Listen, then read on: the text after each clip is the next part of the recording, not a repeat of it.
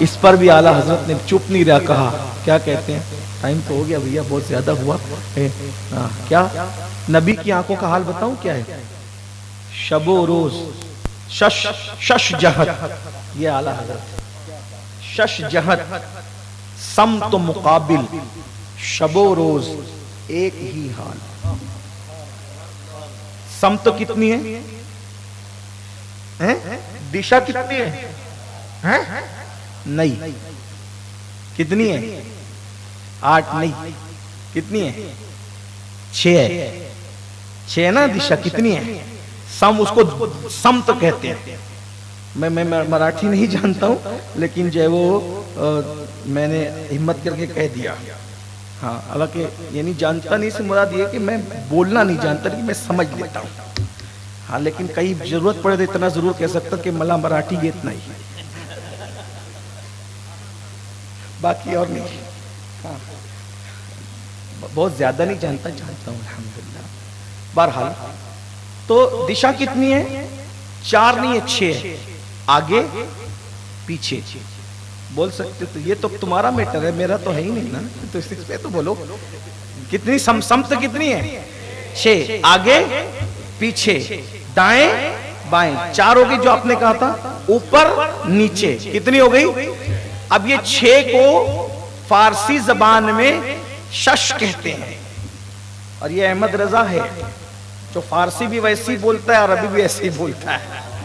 اور اردو بولتا ہے تو پھر شاعروں کا دماغ، لکھنؤ کے شاعروں کا دماغ چکراتا ہے، جب کہا نا وہ سرورے کشورے رسالت جو عرش پر جلوگر ہوئے تھے، نئے نرالے طرب کے ساما عرب کے مہمان کے لیے تھے، وہاں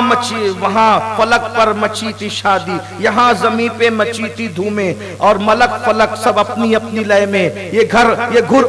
انادل کا بولتے تھے، اور کہتے ہیں وہی ہے اول، وہی ہے آخر، وہی ہے ظاہر، وہی ہے باطل، اسی کے جلوے، اسی سے وہی ہے ظاہر، وہی ہے باطن، اسی کے جلوے، اسی سے ملنے، اسی سے اس کی طرف گئے تھے، تبارک اللہ شان تیری، تجھی کو زیبائے بے نیازی، کہیں تو جوش لنتنانی، کہیں تقاضے وصال کے تھے، کمان امکان کے جھوٹے نکتوں تم اول آخر کے پھیر میں ہو، محیط کی چال سے تو پوچھو کدھر سے آئے کدھر گئے تھے، یہ سب تو لکھنؤ کے شاعر لوگ کہتے ہیں۔ یہ کس کا لکھا ہے بھائی؟ یہ مولوی کا، یہ مولوی کا نہیں ہو سکتا، یہ کسی اردو داں کا کلام ہے،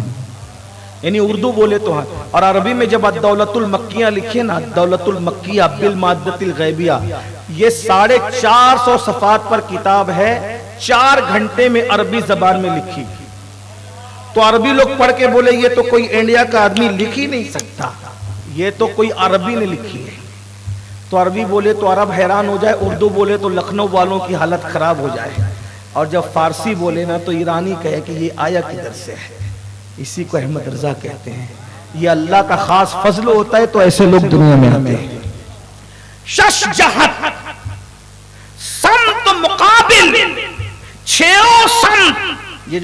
یہ جو 6 سمت ہے، 6 دشا ہے، اس کا کیا حال ہے؟ شش جہت سمت مقابل، یہ سارے 6 سمتیں نبی کے سامنے رکھ دی گئی ہے، حضور کے مقابل میں ہے۔ کیسے؟ ایک بار میرے بیٹے نے پوچھا کہ یہ کیسے ہو سکتا ہے کہ 6 سمت کسی کے سامنے رکھ دی جائے، تو میں نے کیا کیا، دنیا کا جو نقشہ ہوتا ہے، وہ جو گول سا ہوتا ہے، اٹھا کے اس کے سامنے رکھ دیا، میں نے کہا اس پر مجھے اختیار تھا، میں نے نقشہ رکھ دیا، اس پر اس کا اختیار دنیا پر ہے، اس نے دنیا اٹھا کے محبوب کے سامنے رکھ دیا، کائنات اٹھا کے رکھ دی، تو کیا ہوا؟ اچھا لیکن ایک بات یہ، دنیا کا نقشہ ادھر میرے سامنے ہوگا تو پیچھے میرے سامنے فرق ہے، لیکن یہ بھی ہے جب نقشہ اس قدر سامنے نہیں ہو پاتا، لیکن اللہ نے محبوب کے سامنے ایسے رکھ دی دنیا جیسے آپ ہتھیلی کو دیکھتے کہتے شش جہت سمت مقابل، شب و روز ایک ہی حال، 24 گھنٹے رات دن پوری 6 سمتیں نبی کے سامنے، تب کا اس کا ثبوت بھی تو دو، مولانا شاعری سے تھوڑی عقیدے بنتے ہیں، عقیدے شاعری سے نہیں بنتے، قرآن سے بنتے ہیں،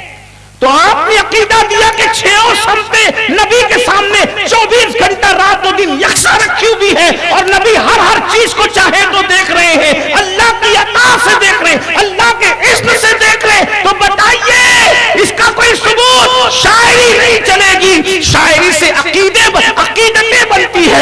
شاعر جملے میں توجہ کرنا، شاعری سے عقیدتیں بنتی ہے، شاعری سے عقیدے نہیں بنا کرتے، کیونکہ عقیدت کے لیے کوئی دلیل نہیں چاہیے، عقیدے کے لیے دلیل کی ضرورت ہے۔ میں نے ان کو قبلہ کہہ دیا، یہ میری عقیدت ہے، لیکن جب عقیدہ بناؤں گا کہ سب ان کو قبلہ مانو تو اس کے لیے دلیل دینی پڑے گی۔ یاد رکھنا، عقیدت کے لیے دلیل نہیں ہوتی، عقیدے کے لیے دلیل ہوتی ہے جب عقیدہ پیش کر رہے ہو، کیا سچ جہت سمت مقابل شب و روز ایک ہی حال، تو جب چاروں چھو سمتے 24 گھنٹہ نبی کے سامنے اور نبی دیکھ رہے ہیں تو دلیل کیا ہے؟ تو قرآن پڑھ دیا، دھوم والنجم میں ہے آپ کی بینائی کی، سورۃ النجم میں نبی کے دیکھنے کو بیان کیا گیا ہے، کیا ما زاغ البصر وما طغى۔ دیکھو شاعری میں بھی قرآن کا حوالہ ملے گا، تو کہاں ملے گا؟ اسی کو بریلی کا کلندر کہتے ہیں، دھوم والنجم میں ہے آپ کی بینائی کی، اور والنجم میں کیا ہے بینائی کے بارے میں؟ ما زاغ البصر وما طغى،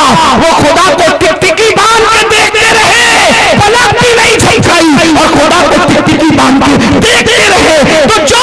خدا کو دیکھ سکتا ہے وہ کائنات سے کیسے غافل رہ سکتا ہے؟ اور خدا کو دیکھنا کیا؟ توجہ، بس بات توجہ، میں تو کب سے ختم کر چکا تھا، یہ عبد الوارث پہ جیسے بولتے ہیں اور بولا، تو بہرحال میں بات کہیں ختم کرتا ہوں۔ توجہ فرمائے، خدا کو دیکھنے کا مطلب کیا ہے؟ خدا کا جسم نہیں، خدا کا جسم، جو جسم والا ہو وہ خدا نہیں ہو سکتا، خدا کا جسم نہیں ہے، خدا کا جسم، تو جس کا جسم نہیں، توجہ، ہوا کا جسم نہیں ہے، اس لیے ہوا نظر نہیں آتی۔ جب مخلوق ہے ہوا مخلوق ہو کر بغیر جسم کی ہو، محسوس کی جاتی ہے، نظر نہیں آتی، بولو نظر نہیں آتی، لیکن یہ میرا نبی ہے جس خدا کا جسم نہیں ہے، نبی اس خدا کو بھی دیکھ رہے ہیں، اور خدا جب گفتگو فرماتا ہے، خدا جب کلام کرتا ہے تو اس کے کلام سے آواز نہیں آتی، اس کے کلام میں الفاظ نہیں ہے، جس کا جسم نہیں ہے اس کے دیکھنے والوں کو عالم الجلال کہتے ہیں، اور جو بغیر الفاظ کے کلام کرتا ہے